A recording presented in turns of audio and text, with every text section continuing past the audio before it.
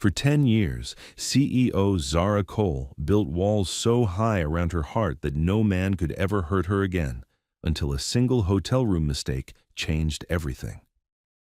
What started as an innocent mix-up during a corporate retreat became the most dangerous night of her life when she found herself trapped with Luke Harper, a humble mechanic whose gentle touch shattered every defense she'd spent a decade perfecting.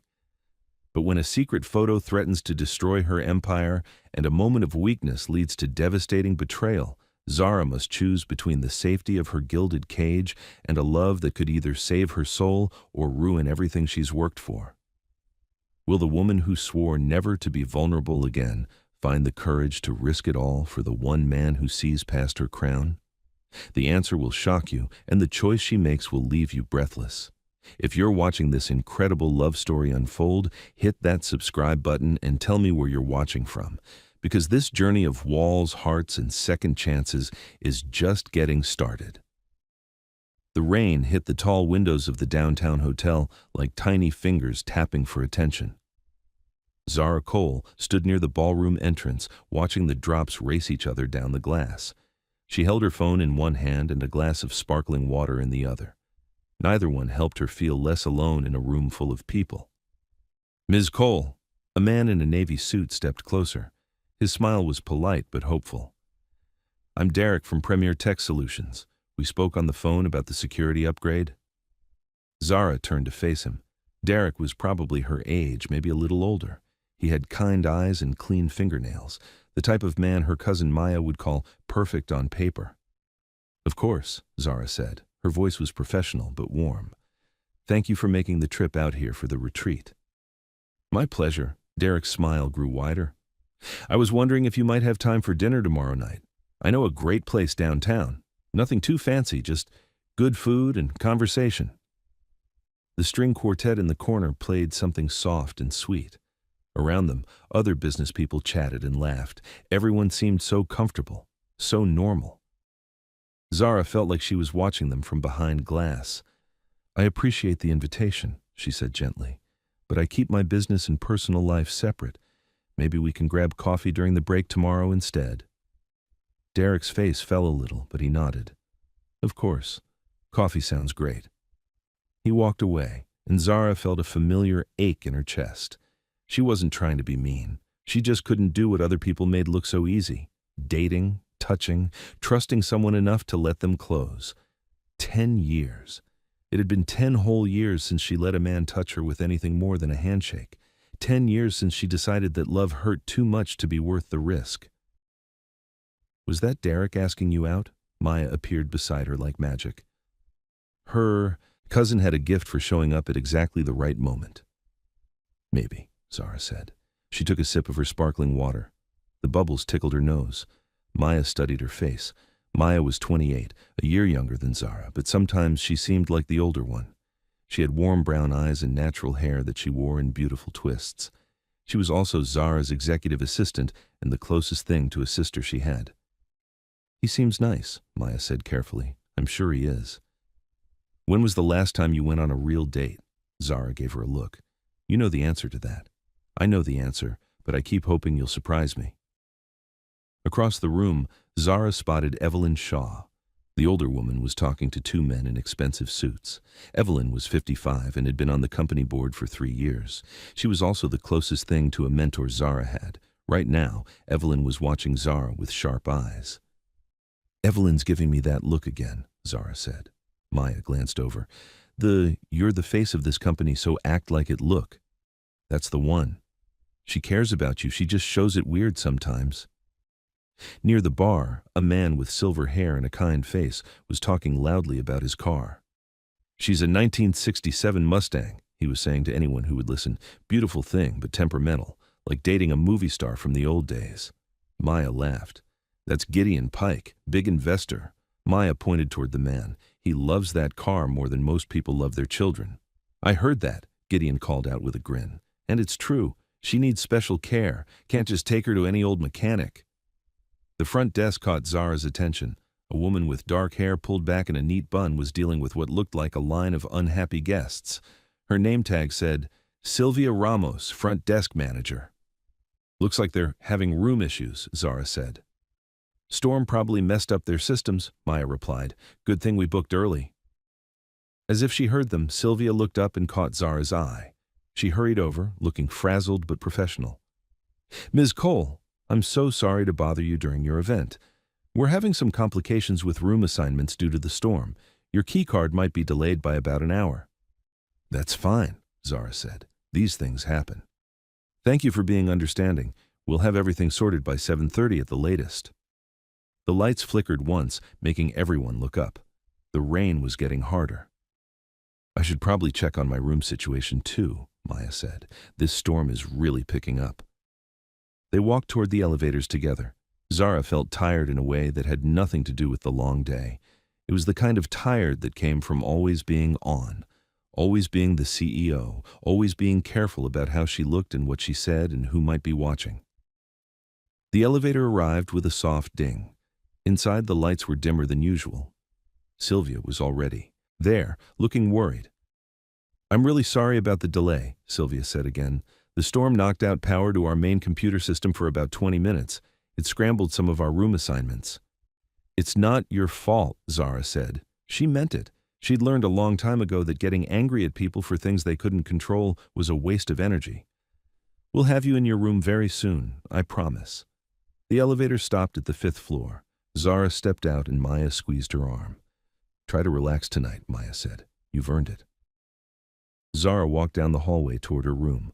The carpet was thick and soft under her heels. The lights were dimmer than usual, probably because of the storm. Emergency lighting cast strange shadows on the walls. She found room 512 and slid her keycard into the slot. The little light flashed green, and she heard the lock click open. Finally. All she wanted was to change into comfortable clothes and maybe order room service. She pushed open the door and stepped inside. The room was warm and smelled like soap and shampoo. Steam was coming from under the bathroom door. Someone was taking a shower. Zara froze. This wasn't her room. Before she could back out, the bathroom door opened. A man stepped out wearing nothing but a white hotel towel around his waist. He had dark blonde hair that was still damp and broad shoulders, with a small scar near his left collarbone. When he saw her, his eyes went wide. Whoa, he said, grabbing his towel tighter. I think you have the wrong room. Zara tried to step backward quickly, too quickly. Her heel caught on a damp spot on the carpet where water had dripped from his hair. She felt herself falling backward. Strong hands caught her before she hit the floor. Suddenly, she was pressed against a warm, solid chest. She could smell soap and something else, something clean and masculine that made her head spin. For 10 years, no man had touched her. Not like this, not skin to skin, heart to heart. His hands were on her back, steadying her. She could feel the heat of his skin through her blouse. Time seemed to stop. She looked up into his face. He had kind eyes, the color of summer sky. There was concern there, and something else, something that made her chest feel tight. You okay? His voice was gentle, worried. Zara realized she was still in his arms. She pushed away from him so fast she almost fell again. I'm fine, she said quickly. Her voice sounded strange in her own ears. I'm sorry. Wrong room. The key card must be... She was backing toward the door, not looking at him. Hey, wait. He grabbed a hand towel from the bathroom and threw it on the wet spot on the floor. You don't want to slip again. Zara paused in the doorway. He was being kind. She was acting crazy. Thank you, she managed to say. I'm sorry for barging in. No problem. Happens to everyone. She fled into the hallway, her heart pounding. By the time she reached the elevator, she could barely catch her breath. What was wrong with her? It was just a simple accident. People fell down all the time. People got caught by strangers all the time, but not her. For 10 years, not her. The elevator seemed to take forever. When it finally arrived, she practically threw herself inside and punched the button for the lobby. Sylvia was still at the front desk, looking even more frazzled than before. Ms. Cole, I'm so sorry. There was another mix-up with the key cards. Your room is actually 514, not 512. I hope you didn't have any trouble. It's fine, Zara said. She hoped her voice sounded normal. Just need the right key card. Of course, right away. Sylvia's fingers flew over her keyboard. I'm afraid we're still having some issues with the system. Would it be possible for you to wait just a little longer? Maybe another 20 minutes? Zara nodded and walked toward the lobby seating area. Her legs felt shaky. She sat down in a leather chair facing away from the elevators. She didn't want to see if the man from the room came down. The storm was getting worse outside. She could hear the wind howling around the building. The lights flickered again, staying dim for a few seconds before coming back to full brightness. Other guests were gathering in the lobby, looking confused and a little annoyed.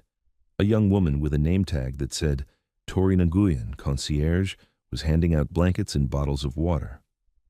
We're experiencing some technical difficulties due to the storm, Tori announced. We expect to have everything resolved soon. In the meantime, please make yourselves comfortable. A man in work clothes was talking to Sylvia at the front desk. Even from across the lobby, Zara could see his broad shoulders and the way he moved with quiet confidence. It was him, the man from the room. She tried not to stare, but something about him drew her attention. He wasn't demanding or angry like some of the other guests. He seemed patient, understanding. When Sylvia gestured toward the lobby with an apologetic expression, he just nodded and walked toward the seating area. Don't come over here, Zara thought. Please don't come over here. He sat down 3 chairs away from her, far enough to be polite but close enough that she could smell that clean, soapy scent again. He'd put on jeans and a navy blue t-shirt. His work boots looked comfortable and worn. Sorry about earlier, he said quietly. I should have put the Do Not Disturb sign up. Zara glanced at him. His eyes really were the color of summer sky. It wasn't your fault. Wrong keycard. Luke, he said. Luke Harper. She hesitated. In her business life, she always introduced herself with her title, CEO of Cole Home Technologies. But sitting here in the dim lobby with the storm raging outside, that felt too big, too formal. Zara, she said. Nice to meet you, Zara. His smile was genuine, not the practiced smile she was used to from business meetings. You here for work? Conference, she said. You? Working on a car for one of the guests. Classic restoration job. That explained the work clothes. He was some kind of mechanic. She found herself curious about what kind of car, but before she could ask, Sylvia appeared beside them. Mr. Harper? Ms. Cole? I'm afraid we have a bit of a situation. They both looked up at her. The storm damaged some of our plumbing on the 3rd and 4th floors. We've lost about half our available rooms for tonight. Zara felt her stomach drop. What does that mean exactly? Well, Sylvia looked genuinely distressed. We have one double room left on the 5th floor, room 512, which is where Mr. Harper was staying. You could share it for the night, or... She gestured toward the lobby. You could sleep here. We have cots, but I have to warn you, it's going to be pretty noisy with all the stranded guests.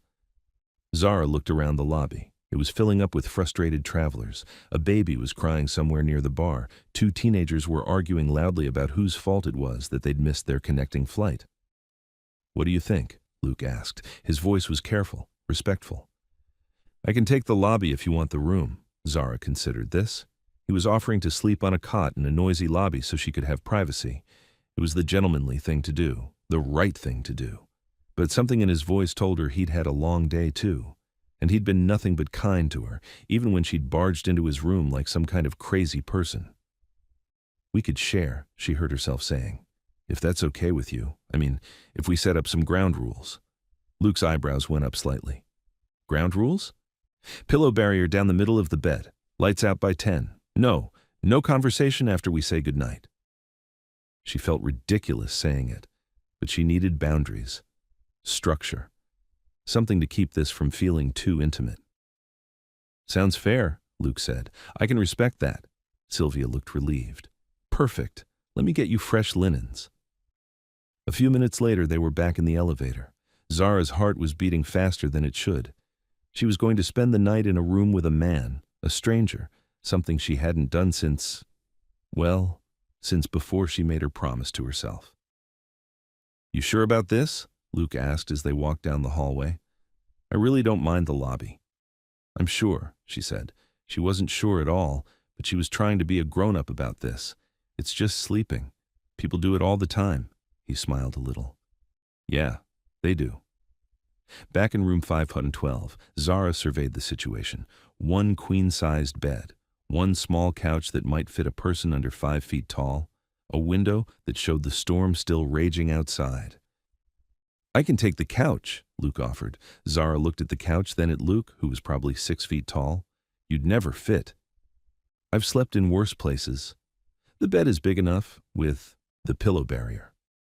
A staff member arrived with extra bedding and a folding cot, but when they tried to set up the cot, one of the legs wouldn't lock properly. It kept collapsing every time Luke put weight on it. "Forget the cot," Zara said finally. "The pillow thing will work." Luke nodded. "Whatever makes you comfortable." They arranged pillows down the center of the bed like a wall. It looked ridiculous, but it made Zara feel safer, more in control. "I'll use the bathroom first," she said, "if that's okay." "Take your time." In the bathroom, Zara stared at herself in the mirror. Her dark skin looked flushed, and her usually perfect hair was slightly messed up from the humidity. What was she doing? Sharing a bed with a complete stranger? But when she thought about Luke's patient smile and the gentle way he'd steadied her when she fell, he didn't feel like a complete stranger. He felt safe. She changed into her pajamas, a modest set of cotton pants and a long-sleeved top, and brushed her teeth. When she came out, Luke was sitting on his side of the bed, scrolling through his phone. "Your turn," she said. While he was in the bathroom, she arranged herself on her side of the pillow barrier. The bed was comfortable, and the storm outside made the room feel cozy despite the awkward situation. Luke came out wearing pajama pants and a t-shirt. He moved quietly, like he was trying not to disturb her. "Lights out?" he asked. "Please." The room went dark, except for the faint glow from the parking lot lights outside. Luke settled on his side of the bed, careful not to disturb the pillow wall. "Good night, Zara." "Good night." She lay there staring at the ceiling, listening to the rain tap against the window. On the other side of the pillow barrier, she could hear Luke's steady breathing. It was a nice sound, peaceful. For 10 years, she'd slept alone. For 10 years, she'd convinced herself she was fine that way, safe that way.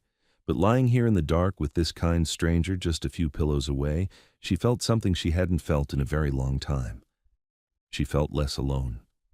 The thought scared her more than anything had in years. Morning light filtered through the hotel curtains like honey. Zara woke up slowly, feeling more rested than she had in months. For a moment, she forgot where she was. Then she heard a soft sound from the other side of the bed.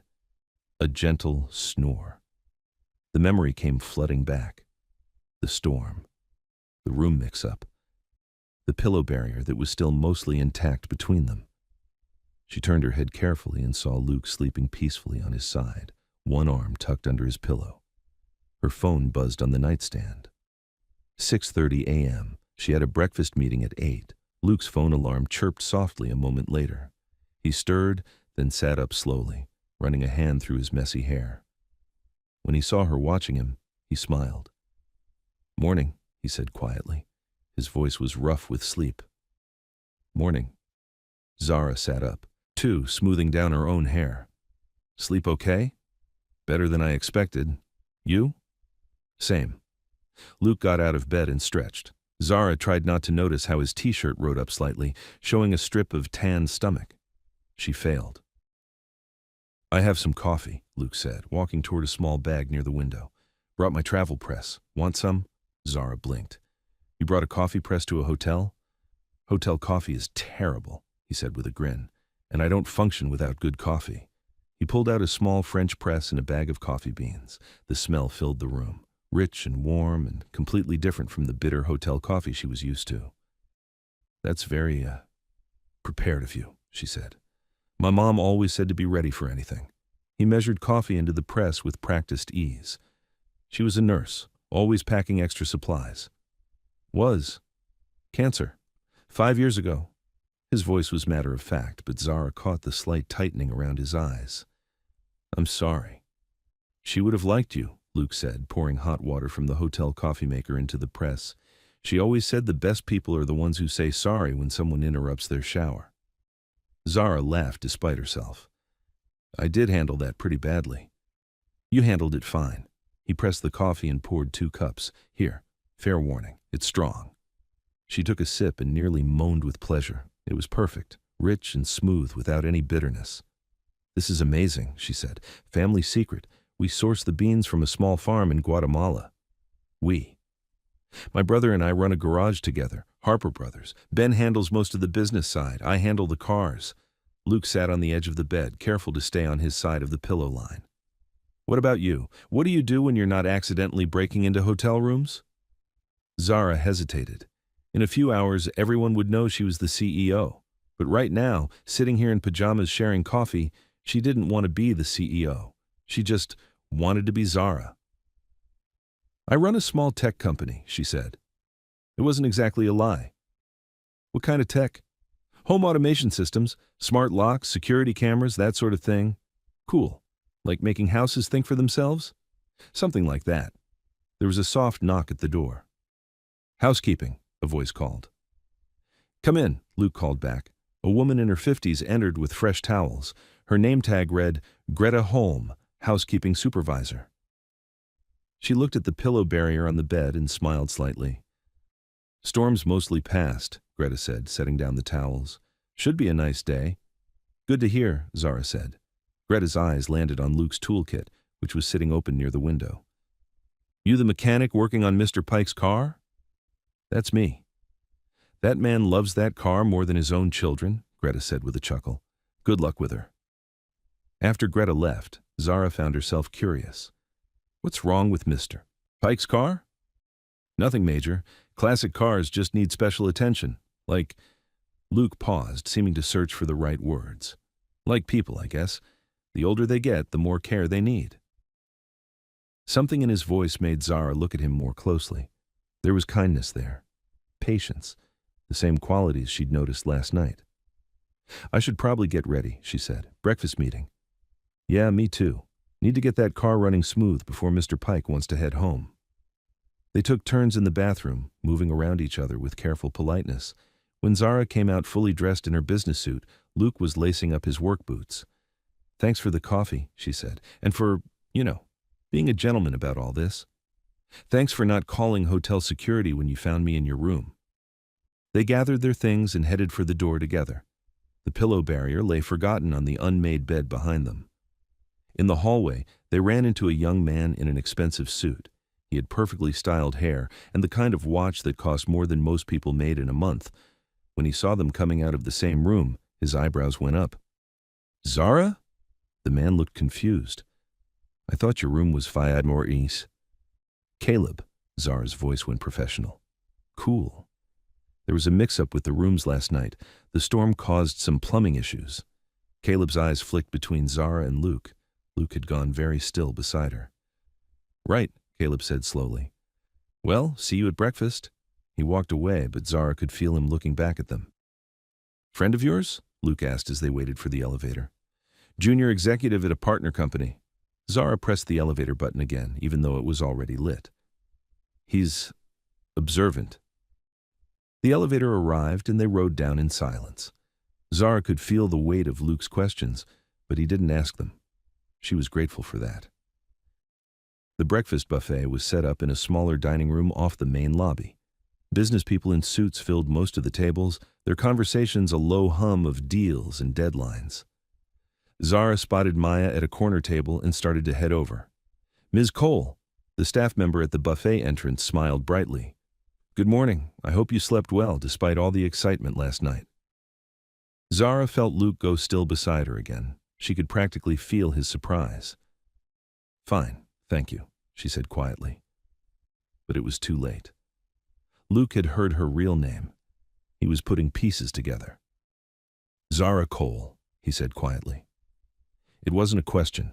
She turned to face him. His expression was unreadable. Cole Home Technologies, he continued. That's not exactly a small tech company. No, she admitted, it's not. For a moment, they just looked at each other. Zara waited for his face to change, for him to see dollar signs or opportunity or whatever it was people usually saw when they found out who she was. Instead, Luke smiled. A real smile, warm and slightly amused. Guess that explains why you're so good at setting boundaries, he said. Before Zara could respond, a booming voice called out across the room.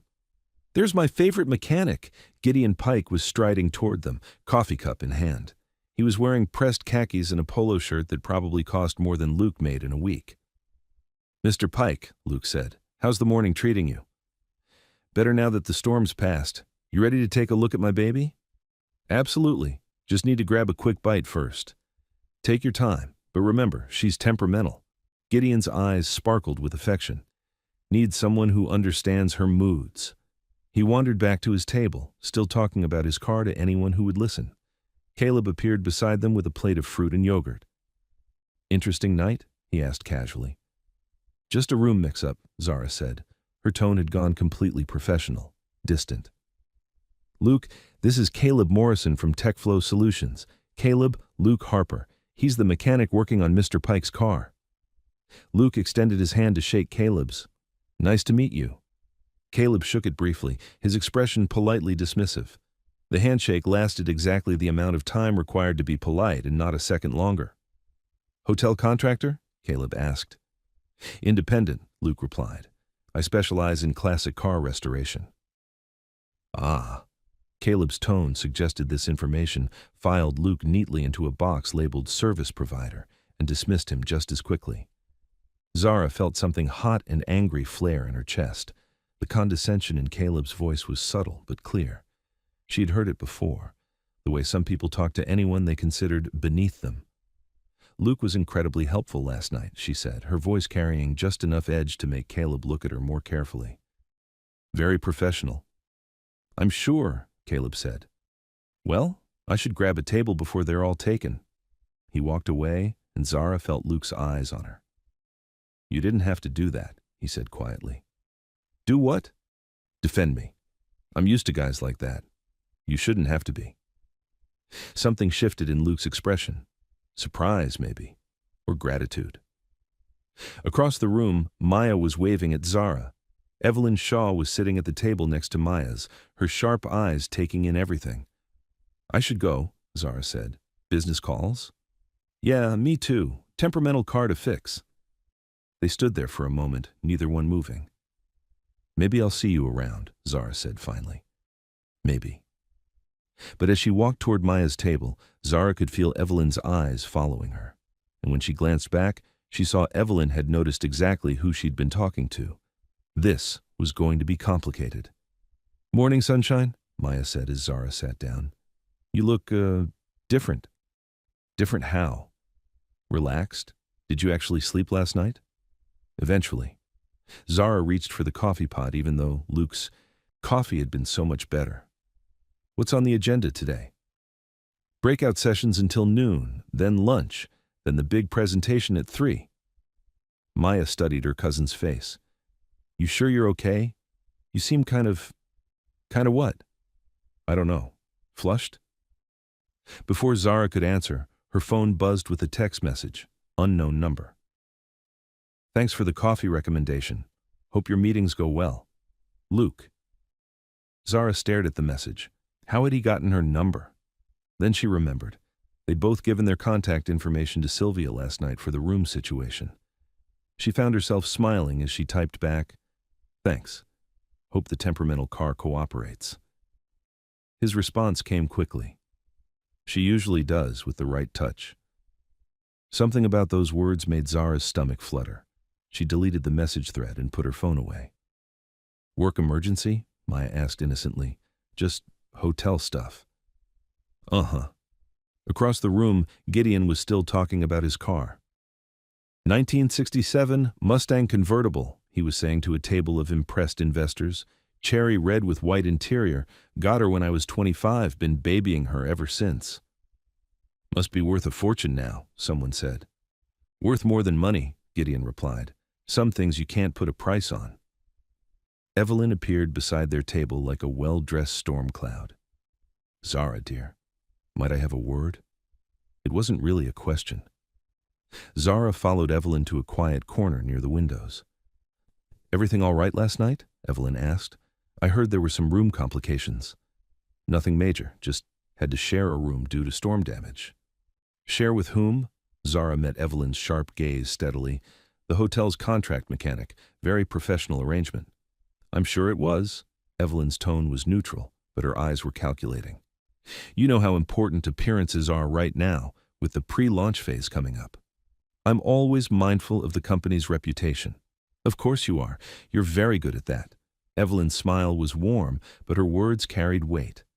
Just remember, dear, in our business, perception often matters more than reality. I understand.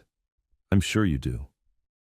Evelyn walked away, leaving Zara standing by the windows. Outside, she could see hotel staff cleaning up debris from the storm. Everything looked fresh and clean in the morning sunlight. Her phone buzzed again. Another text from Luke. Car needs a part from across town. Hotel driver called in sick. Your friend Mr. Pike asked if you might ride along to keep the timeline on track.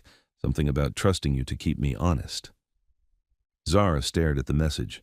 40 minutes in a truck with Luke Harper. 40 minutes away from boardroom politics and careful conversations and people who weighed every word she said. She looked across the room at Maya, who was pretending not to watch her, at Evelyn, who was definitely watching her, at Caleb, who was probably already composing emails about her unprofessional behavior. Then she looked out the window at the bright, clean morning and made a choice that surprised even her. When do we leave? She texted back. Truck's warmed up whenever you're ready. Zara walked back to Maya's table and picked up her purse. I need to run an errand, she said. Maya's eyebrows shot up. What kind of errand? Business related. I'll be back in an hour. Want me to come with you? No need. Just some investor relations. It wasn't exactly a lie, she told herself as she walked toward the lobby. Gideon was an investor, and this was definitely related to maintaining that relationship. The fact that it also meant more time with the man who made coffee like heaven and looked at her like she was just Zara, not CEO Zara, not black woman in tech Zara, not careful with your reputation Zara. Well, that was just a bonus. Outside, Luke was waiting beside a red pickup truck that had seen better days but was obviously well cared for. When he saw her coming, his face lit up with genuine pleasure. Ready for an adventure? He asked, opening the passenger door for her. As Zara climbed into the truck, she realized she couldn't remember the last time anyone had asked her that question. Ready? She said. And for the first time in years, she actually meant it. The truck smelled like motor oil and pine air freshener. The radio was tuned to a classic rock station, playing something soft and familiar. Zara settled into the passenger seat and looked around. The interior was clean but worn, with a travel coffee mug in one cup holder and a small notebook in the other. Sorry about the music, Luke said, reaching for the radio dial. I can change it. It's fine. I like this song. It was true. She recognized it from somewhere deep in her memory, maybe from her teenage years before business school and board meetings and the weight of always being on. Luke pulled out of the hotel parking lot and onto the main road. The storm had left everything looking fresh and clean. Puddles reflected the blue sky like scattered mirrors. So, Luke said after a few minutes of comfortable silence. CEO. So, mechanic, he laughed. Touché. Though technically I prefer automotive restoration specialist. That does sound fancier. My brother Ben would agree with you. He's always telling me to elevate the brand. Luke's voice took on a slightly pompous tone. Can't just be guys who fix cars anymore. Got to be mobility solutions providers or something. But you like fixing cars. I love it. There's something honest about it, you know? Car's broken, you fix it. No politics, no meetings about meetings, no worrying about what people think. Just you and the problem and your hands. Zara found herself envious. When was the last time her work had felt that simple, that pure? Must be nice, she said. It is, most days. Luke glanced at her. What about you? Always wanted to run a tech company? Not exactly. Zara watched the trees pass by the window. I wanted to be an engineer, still do in a way, but somewhere along the line I became the person who manages the engineers instead. You miss it? The hands-on stuff? More than I probably should. They drove in comfortable silence for a while. The parts shop was across town, and Luke took the scenic route through neighborhoods Zara rarely saw. Small houses with front porches, kids playing in yards, an old man walking a very small dog. Can I ask you something? Luke said eventually. Sure. Last night when you said you keep business and personal separate, is that a choice or a requirement? Zara considered the question. It was more complicated than he probably realized. Both, I guess. When you're young and female and black in tech, people are always looking for reasons to doubt you. Anything that seems unprofessional or messy becomes ammunition. That sounds exhausting. It is, but it's also necessary. Zara turned to look at him. You probably don't have to think about stuff like that. Maybe not the same way, Luke admitted. But I know what it's like to have people make assumptions. Rich customer brings in their fancy car. They expect me to be grateful just for the chance to touch it. Sometimes they're surprised when I know more about their car than they do. Because you're just a mechanic. Exactly. They understood each other, Zara realized. Different worlds, same basic struggle for respect. The radio played another song she recognized. This one made her think of Sunday mornings in her childhood home. Her mother making pancakes while her father read the paper out loud in the kitchen. This is going to sound crazy, Luke said, but I recognized you last night. Before I knew who you were, I mean. Zara's stomach fluttered. Recognized me how? There was an article about you in the local business magazine. Maybe 2 years ago? You were just starting to get attention for your company. Young entrepreneur, bootstrapped startup, that kind of thing. I remember that article. Worst photo of my life. Are you kidding? You looked... Luke paused, seeming to choose his words carefully. You looked determined, like nothing was going to stop you. I felt terrified. Didn't show. There was something in his voice that made her look at him again, something warm and admiring that had nothing to do with her money or her title. The article said you started the company in your spare bedroom, Luke continued, with like $5,000 in a dream. $5,000 in desperation, Zara corrected. I just quit my job at a big tech firm, had no backup plan, just this idea that homes could be smarter and safer. What made you quit? The real answer was complicated. Her boss had been a nightmare, condescending and inappropriate in ways that were hard to prove but impossible to ignore.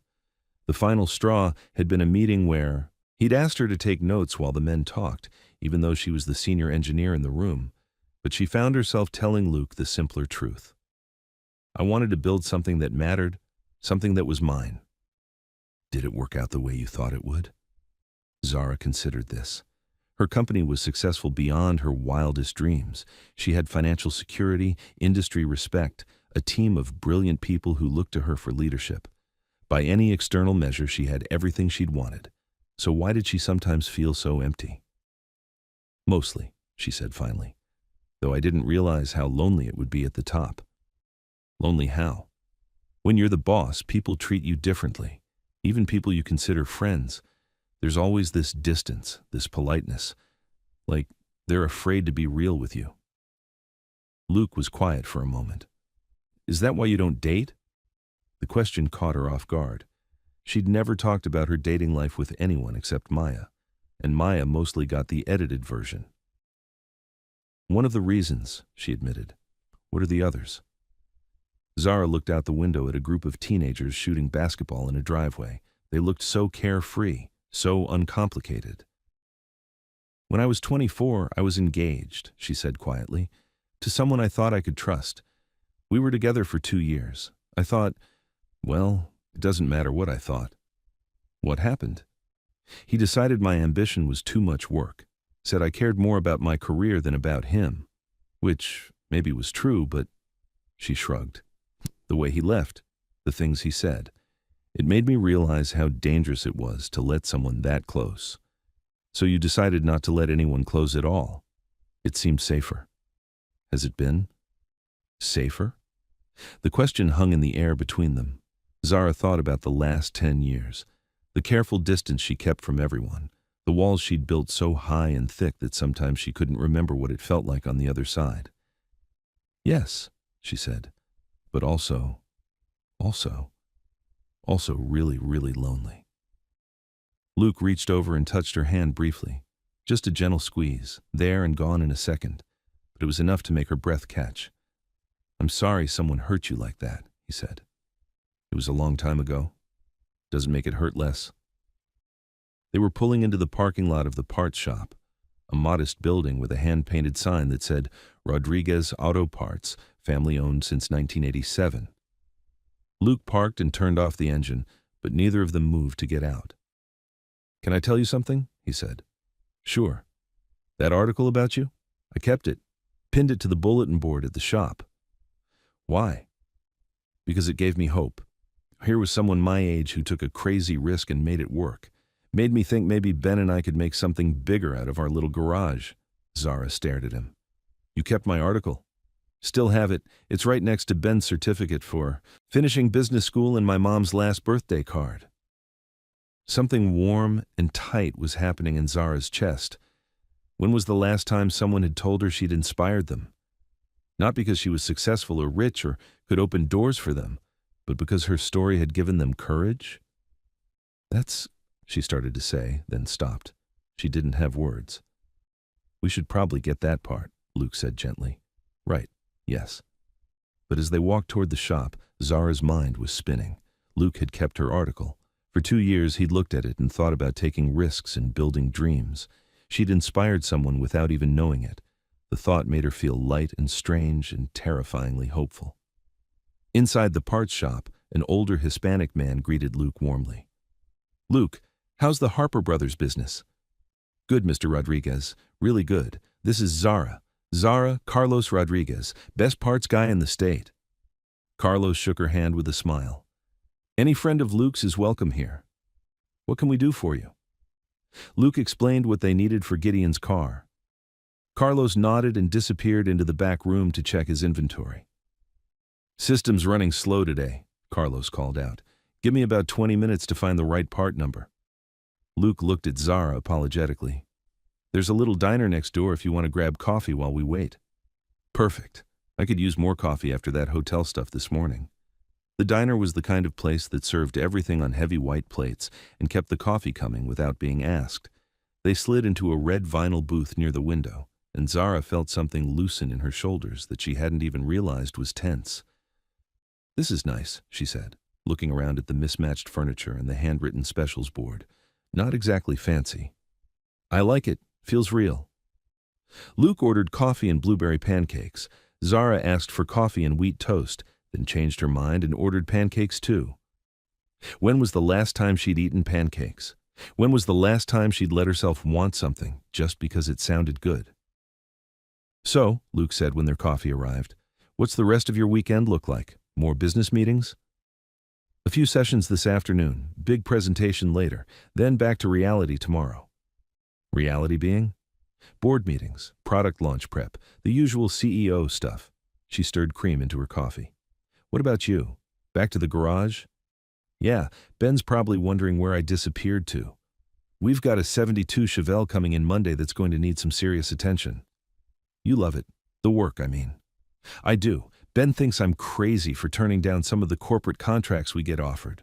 More money, but also more politics. More people telling us how to do jobs we've been doing for years." "You'd rather stay independent, wouldn't you? If you could do it all over again?" It was a good question.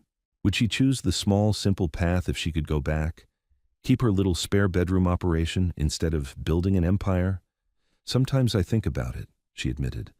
"But then I remember how it felt to have an idea and bring it to life, to create jobs for people I care about, to build something that actually helps families feel safer in their homes. Sounds like you did build something that matters." "I hope so." The pancakes arrived, fluffy and perfect with real maple syrup. Zara took a bite and almost groaned with pleasure. "Good?" Luke asked, amused. "Amazing. I forgot how good real pancakes could be." "When's the last time you had them?" "Honestly? I have no idea. Years, probably." Luke shook his head. "That's criminal. Pancakes are one of life's essential pleasures." "What are the others?"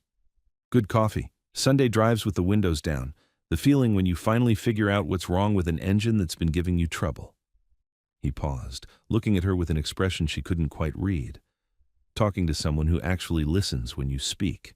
Something fluttered in Zara's stomach again. "I listen." "You do. Most people are just waiting for their turn to talk." They ate in comfortable silence for a while, watching cars pass by the window. Normal people living normal lives, running errands and visiting family, and probably not overthinking every conversation they had. "Luke, Zara said suddenly. Can I ask you something personal? Shoot. Why aren't you married or dating someone? The question came out more blunt than she'd intended. I mean, you seem like the kind of person who would be... The kind of person who would be what? Taken. By someone smart enough to see how good you are. Luke's cheeks reddened slightly. There was someone. Sarah. We were together for about 3 years. What happened? She wanted me to be more ambitious, said I was wasting my potential working at a garage when I could be making real money in the city, asked me to choose between her and the life I'd built with Ben. That's terrible. Is it, though? Maybe she was right. Maybe I'm wasting my potential. Zara leaned forward. Luke Harper, you are not wasting anything. You do work that matters. You make people happy. You take care of things they love. She thought about Gideon's face when he talked about his car. That's not small. That's important. Luke looked at her for a long moment. You really believe that? I do. Even though I'll never have a corner office or a fancy title? Especially because of that. Something passed between them in that moment. Something warm and real and dangerous. Zara felt her carefully constructed walls trembling. Her phone buzzed. A text from Maya. Everything okay? Evelyn is asking about you. Reality crashed back in. The hotel, the retreat, her reputation and her company, and all the reasons why sitting in a diner eating pancakes with a mechanic was probably not the smartest thing she'd ever done. But as she looked at Luke's kind eyes and genuine smile, she realized she didn't care about smart anymore. We should probably head back, she said reluctantly. Yeah, Carlos is probably wondering what happened to us. They paid the check and walked back to the parts shop. Carlos had found the part and was waiting with a small box and a knowing smile. Good pancakes next door, eh? He said with a wink. The best, Luke replied. During the drive back to the hotel, they talked about safer things, music and movies and the books they'd loved as kids. But underneath the casual conversation, Zara was aware of something new humming between them, something that felt like possibility. When they pulled into the hotel parking lot, she found herself disappointed that the ride was over. Thanks for keeping me company, Luke said as he grabbed the part from the truck bed. Made the trip a lot more interesting. Thanks for letting me tag along and for, she gestured vaguely, for listening, really listening. Anytime. They walked toward the hotel entrance together. In a few minutes, they'd be back in their separate worlds. She'd put on her CEO mask and he'd disappear under the hood of Gideon's car. But for now, walking across the parking lot in the afternoon sunshine, they were just Luke and Zara. Two people who understood each other in a way that surprised them both. Zara, Luke said as they reached the lobby doors. Yeah? If you ever want to have real pancakes again, I know a place. Before she could lose her nerve, she said, I'd like that. His smile was like sunshine breaking through clouds. Good, he said. Really good. As they stepped into the hotel lobby, Zara caught sight of Evelyn watching them from across the room. The older woman's expression was unreadable, but her posture suggested she had opinions about what she was seeing. Zara felt her stomach tighten. In a few hours, she had to give the most important presentation of her career to a room full of investors.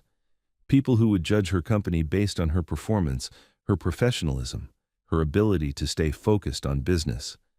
But as Luke squeezed her shoulder gently and headed toward the elevator with Gideon's car part, all she could think about was the way he'd looked at her in the diner. Like she was worth knowing for reasons that had nothing to do with her balance sheet. For the first time in 10 years, she was starting to remember what it felt like to be seen as just a woman. The thought terrified and thrilled her in equal measure. The afternoon breakout sessions felt endless. Zara sat through presentations about market trends and customer analytics, but her mind kept drifting to pancakes and Luke's easy smile. Every time she tried to focus on profit margins, she found herself remembering the way he'd looked at her in the diner, like she was interesting, like she was worth knowing. Maya nudged her during the third presentation. You're glowing, she whispered. I'm not glowing. You're definitely glowing. What happened on that errand? Before Zara could answer, her phone buzzed with a text. Luke again. Car's purring like a kitten. Mr. Pike is over the moon. Thanks for keeping me company today. She found herself smiling as she typed back, Anytime. "Oh, you are so glowing," Maya said, reading over her shoulder. The final presentation was scheduled for 6 o'clock in the hotel's main ballroom. Zara's presentation, the one that would determine whether their biggest investors would fund the next phase of expansion. Everything she'd worked for came down to the next hour. She excused herself to freshen up in the bathroom. In the mirror, she looked polished and professional, but behind her business mask, she could see something new in her eyes, a softness that hadn't been there yesterday. When she came out of the bathroom, Luke was sitting in the lobby reading a magazine. He'd cleaned up, fresh shirt, hair combed, boots polished. When he saw her, he stood up. "Hey," he said, "heard you have a big presentation tonight." "Word travels fast. Mr. Pike mentioned it, said you're some kind of genius with the smart home stuff." Zara felt her cheeks warm. "He's being generous." "I doubt that." Luke's voice was sincere. "Mind if I stick around? I'd like to see you in action." "You want to watch my presentation?" "Is that weird? I promise I won't embarrass you. I'll sit in the back and be very quiet." The idea of Luke watching her present should have made her nervous. Instead, it made her feel brave. "It's not weird," she said. "I'd like that." An hour later, Zara stood at the front of the ballroom facing 50 of the most important investors in the tech industry. Her slides were perfect, her data was solid, and her vision for the future was clear. But more than that, she felt confident in a way she hadn't in years. "Home security isn't just about locks and alarms anymore," she said to the room. "It's about creating spaces where families feel truly safe, where technology serves humanity, not the other way around." She caught sight of Luke in the back row. He was listening intently, and when their eyes met, he nodded encouragingly. "Our next-generation platform will integrate with existing smart home systems to create personalized security protocols. A single mother in Detroit will have different needs than a retired couple in Phoenix. Our technology adapts to each family's unique situation." The questions afterward were sharp but fair. Zara answered them all with calm confidence, backing up her vision with hard data and real customer stories. When she finished, the applause was enthusiastic and genuine. Evelyn was the first to approach her as people began to mingle. "Brilliant presentation," Evelyn said. "Your best yet." "Thank you. You seemed different tonight, more relaxed, more yourself." Evelyn's eyes flicked toward the back of the room where Luke was talking quietly with Gideon. "Whatever you're doing, it's working." Before Zara could respond, Gideon appeared with Luke in tow. "Outstanding work, my dear," Gideon said, shaking her hand warmly. "And I have to thank you for recommending this young man. Luke worked absolute magic on my Mustang. She hasn't run this smooth in years." "I'm glad it worked out," Zara said. "More than worked out. I've already given him 3 referrals." Gideon clapped Luke on the shoulder. "Sometimes the best things come in unexpected packages." As the crowd began to thin out, Zara found herself standing near the bar with Luke. The hotel had set up a small dance floor, and a few couples were swaying to soft music from the string quartet. "You were amazing up there," Luke said quietly. "Thank you for staying. It meant a lot to have a friendly face in the crowd." "I learned something tonight." "What's that?" "You really are a genius. The way you think about technology and families, it's beautiful." Zara felt that familiar flutter in her stomach. "It's just business." "No, it's not. It's about making people's lives better. That's not just business, that's calling." One of the slow songs she recognized from the lobby yesterday began to play. Luke held out his hand. "Dance with me?" Zara looked around the room. A few people were still mingling, but most had headed to the bar or back to their rooms. Maya was chatting with some investors near the windows. Evelyn was nowhere to be seen. "I'm not much of a dancer," Zara said. "Neither am I. We'll figure it out together." She took his hand, and he led her onto the small dance floor. His arms came around her waist, and she rested her hands on his shoulders. They swayed together slowly, not really dancing so much as standing close while music played around them. "This is nice," Luke murmured.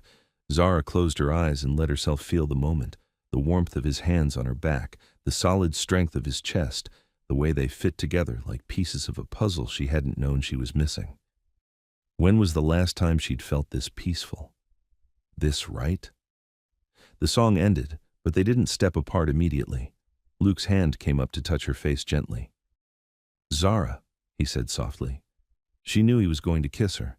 She could see it in his eyes, feel it in the way his thumb brushed across her cheek. For 10 years she'd avoided this moment, 10 years of keeping herself safe behind walls of professional distance and carefully controlled interactions. But standing here in Luke's arms, those walls felt less like protection and more like prison. She started to lean toward him, started to let herself fall into whatever this was becoming. Then, she heard the soft click of a camera phone. They sprang apart, and Zara saw Tori, the young concierge, looking mortified near the edge of the dance floor. She was holding her phone, and her face was bright red. "I'm so sorry," Tori said quickly. The lighting was so pretty and you looked so... I didn't mean to intrude. I'll delete it right away." But Zara knew it was too late. In the social media age, nothing stayed deleted, and even if Tori kept her word, someone had seen them dancing, someone had captured that moment of vulnerability. Her chest tightened with familiar panic. "It's fine," she managed to say. "Just, please don't share it anywhere." "Of course not. I'm really sorry." Tori hurried away, and Zara was left standing with Luke, the magic of the moment completely shattered.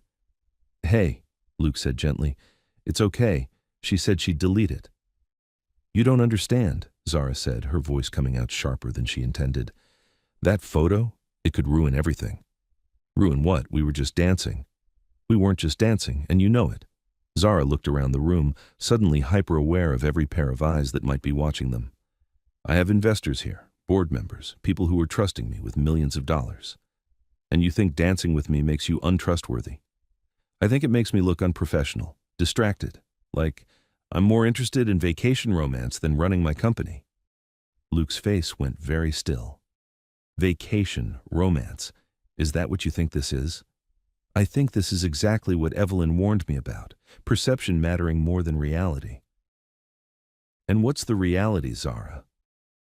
She looked at him standing there in his clean shirt and polished boots, looking every inch the working-class mechanic at a fancy business event. Tomorrow she'd go back to her corner office and her board meetings and her carefully curated life. He'd go back to his garage and his tools and his simple, honest work. They lived in different worlds. She'd been fooling herself to think otherwise. "The reality is that this was a mistake," she heard herself saying. "A nice mistake, but still a mistake." Luke's expression shifted, hurt replacing confusion. "A mistake." "I got carried away. The storm, the shared room, the whole romantic setting. I lost sight of what's important." "Which is?" "My company, my reputation, my responsibilities." "Right." Luke's voice had gone flat. "Wouldn't want the CEO to be seen slumming it with the help." "That's not what I meant." "Isn't it?" Luke stepped back from her. "You know what? You're probably right. We are from different worlds. I guess I thought maybe that didn't matter. But clearly it does." "Luke, please try to understand." "Oh, I understand perfectly." His eyes were cold now, nothing like the warm summer sky she'd fallen into earlier. "You had your little adventure, and now it's time to get back to reality. Thanks for making that clear." He started to walk away, then turned back. "You know what the saddest part is? For a few hours today, I thought I was seeing the real you. The woman who ate pancakes and laughed at bad jokes and talked about her dreams like they mattered more than her bank account." He shook his head.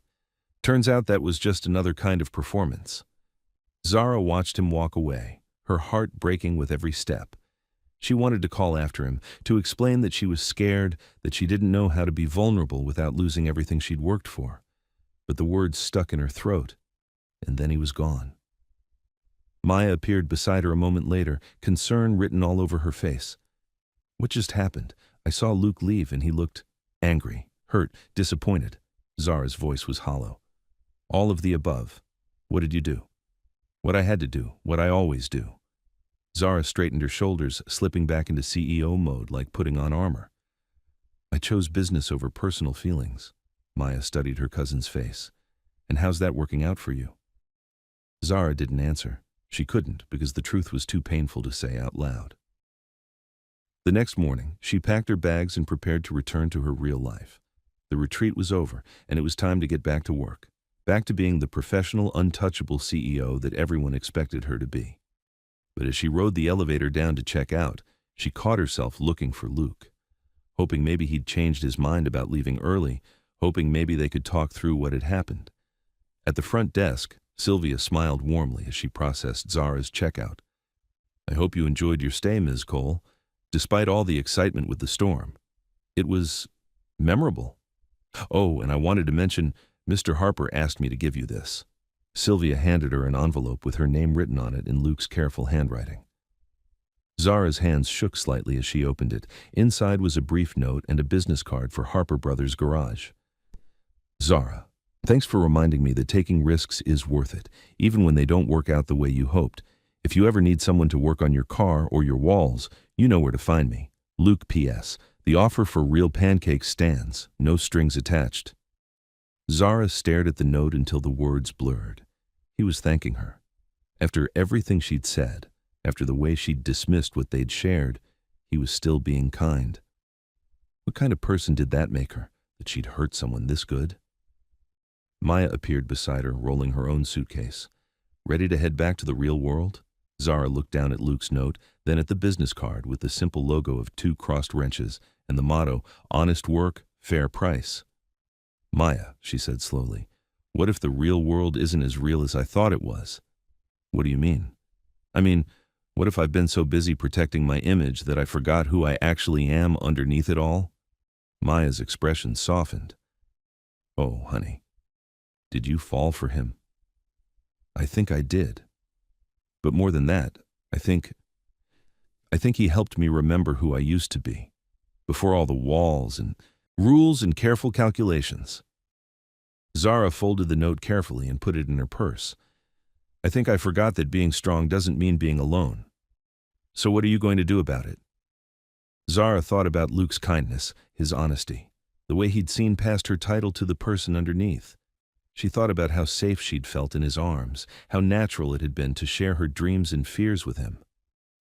Then she thought about going back to her empty apartment and her careful, controlled life, and she knew she couldn't do it, not anymore. "I'm going to take a risk," she said. 20 minutes later, she was standing outside Harper Brothers' garage, her heart pounding with nerves and hope. The building was smaller than she'd expected, but well-maintained, with big bay doors and a hand-painted sign that looked like it had been there for years.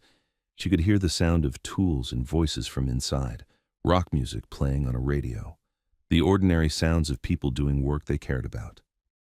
Taking a deep breath, she pushed open the front door. A man who looked like an older version of Luke was behind the counter. He had the same broad shoulders and kind eyes, but his hair was darker and he wore a button-down shirt instead of a work t-shirt.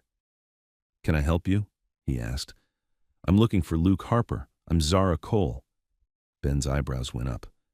"You're the CEO." "I'm the woman who owes your brother an apology." Ben studied her for a moment, then called toward the back of the shop. "Luke, you've got a visitor." A moment later, Luke appeared from one of the bays, wiping his hands on a rag. When he saw her, he stopped short. "Zara, what are you doing here?" She looked around the garage. It was clean and organized, with vintage car posters on the walls and a coffee station in one corner. It felt warm and welcoming, like the extension of a family home. "I came to tell you that you were right," she said. "About the performance, I mean. I've been performing for so long that I almost forgot there was anything real underneath." Luke didn't say anything, but she saw something flicker in his eyes. "I was scared," she continued. "I've spent 10 years building walls to protect myself, and when I met you, those walls started cracking. It terrified me. So you decided to hurt me before I could hurt you." "Yes, and I'm sorry. You didn't deserve that." "No, I didn't." Ben cleared his throat. "I'm going to grab some coffee and give you two some privacy." After he left, Luke leaned against the workbench, his expression guarded but not hostile. "Why are you here, Zara?" "Because you make me want to be braver than I am. Because when I'm with you, I remember what it feels like to just be myself instead of the person everyone expects me to be." She took a step closer to him. "Because I haven't been able to stop thinking about pancakes and terrible hotel coffee and the way you look at me like I'm worth knowing." You are worth knowing. But not if you're going to run away every time things get real. I won't run away. Not anymore. How do I know that? Zara reached into her purse and pulled out her phone. She scrolled through her contacts until she found Evelyn's number, then hit call. What are you doing? Luke asked. Taking a risk, Evelyn answered on the second ring. Zara, dear, how was the drive back? Actually, I'm not back yet. I'm at Harper Brothers' garage with Luke. She looked directly at Luke as she spoke. We're discussing a potential personal relationship, and I wanted you to know that my private life is exactly that, private. I'll continue to give my absolute best to this company, but I won't be running my dating decisions past the board anymore. There was silence on the other end of the line. I see, Evelyn said finally. Well, as long as you're certain about your priorities. I am. My priority is being the kind of leader this company deserves. Someone who's authentic, balanced, and brave enough to live a full life both inside and outside the office. In that case, I think this Luke fellow must be quite special. He is. After she hung up, Luke was staring at her with an expression of amazement. You just told your mentor that you're dating a mechanic. I told her I'm dating a good man who happens to be a mechanic. There's a difference. Luke stepped closer to her, close enough that she could smell motor oil and soap, and that clean masculine scent that had made her dizzy from the first moment. Are we? Dating, I mean? I'd like to be. If you're willing to be patient with someone who's still learning how to let people close. I'm a very patient man, Luke said, reaching up to touch her face the way he had last night. And you're worth waiting for. This time, when he leaned down to kiss her, there were no interruptions. No cameras, no worried glances, no voice in her head telling her all the reasons it was a mistake. There was just Luke's warm mouth on hers and the feeling of coming home to herself after years of being lost. When they broke apart, both of them were smiling. So, Luke said, what happens now? Now we take it one day at a time. Get to know each other without hotel mix-ups and storm emergencies. Figure out how to build something real together. I'd like that. Me too. Zara looked around the garage, taking in the photos on the wall, the certificates, the evidence of a life built on hard work and honest values. And maybe you could show me how to change the oil in my car. I've always wanted to learn. Luke's smile was brighter than sunshine. I thought you'd never ask. 6 months later, Zara was standing in her kitchen making Sunday morning pancakes while Luke read the business section of the paper out loud. Her company's latest product launch had been featured on the front page, and the reporter had noted how relaxed and confident the CEO seemed in recent interviews. Listen to this, Luke said, grinning. Ms. Cole credits her recent success to finding better work-life balance and surrounding herself with people who keep her grounded. Think they're talking about me? Definitely talking about you, Zara said, flipping a pancake with a flourish she'd learned from watching Luke's technique. Her apartment looked different now, less like a museum and more like a home. Luke's coffee press sat next to her espresso machine, his work jacket hung by the door next to her business coats. Photos from their weekend adventures were scattered among her awards and accolades. I have something for you, Luke said, pulling a small frame from his bag. Inside the frame was the old business magazine article about her company, the one Luke had kept pinned to his bulletin board for 2 years. I thought you might want it back, he said, since you inspired me to take my own risks. Zara looked at the photo of her younger self, intense, determined, afraid, but trying not to show it. She looked so serious, she said. She was building something important. But I like the woman she became even better. Why's that? Because she learned that being strong doesn't mean being alone, that the best risks are the ones you take with your heart. Zara set down her spatula and kissed him, tasting maple syrup and coffee and the sweetness of a future she'd never let herself imagine before. Outside, it was starting to rain, gentle spring drops that made everything look fresh and green, but inside their kitchen, with pancakes on the griddle and love in the air, it felt like the sun was shining. I love you, she said against his lips. I love you too, he replied, walls, defenses, and all. No more walls, Zara promised. Just pancakes and Sunday mornings and all the real life we can handle. Deal, Luke said, spinning her around the kitchen while she laughed. Deal, she agreed, and meant it with her whole heart.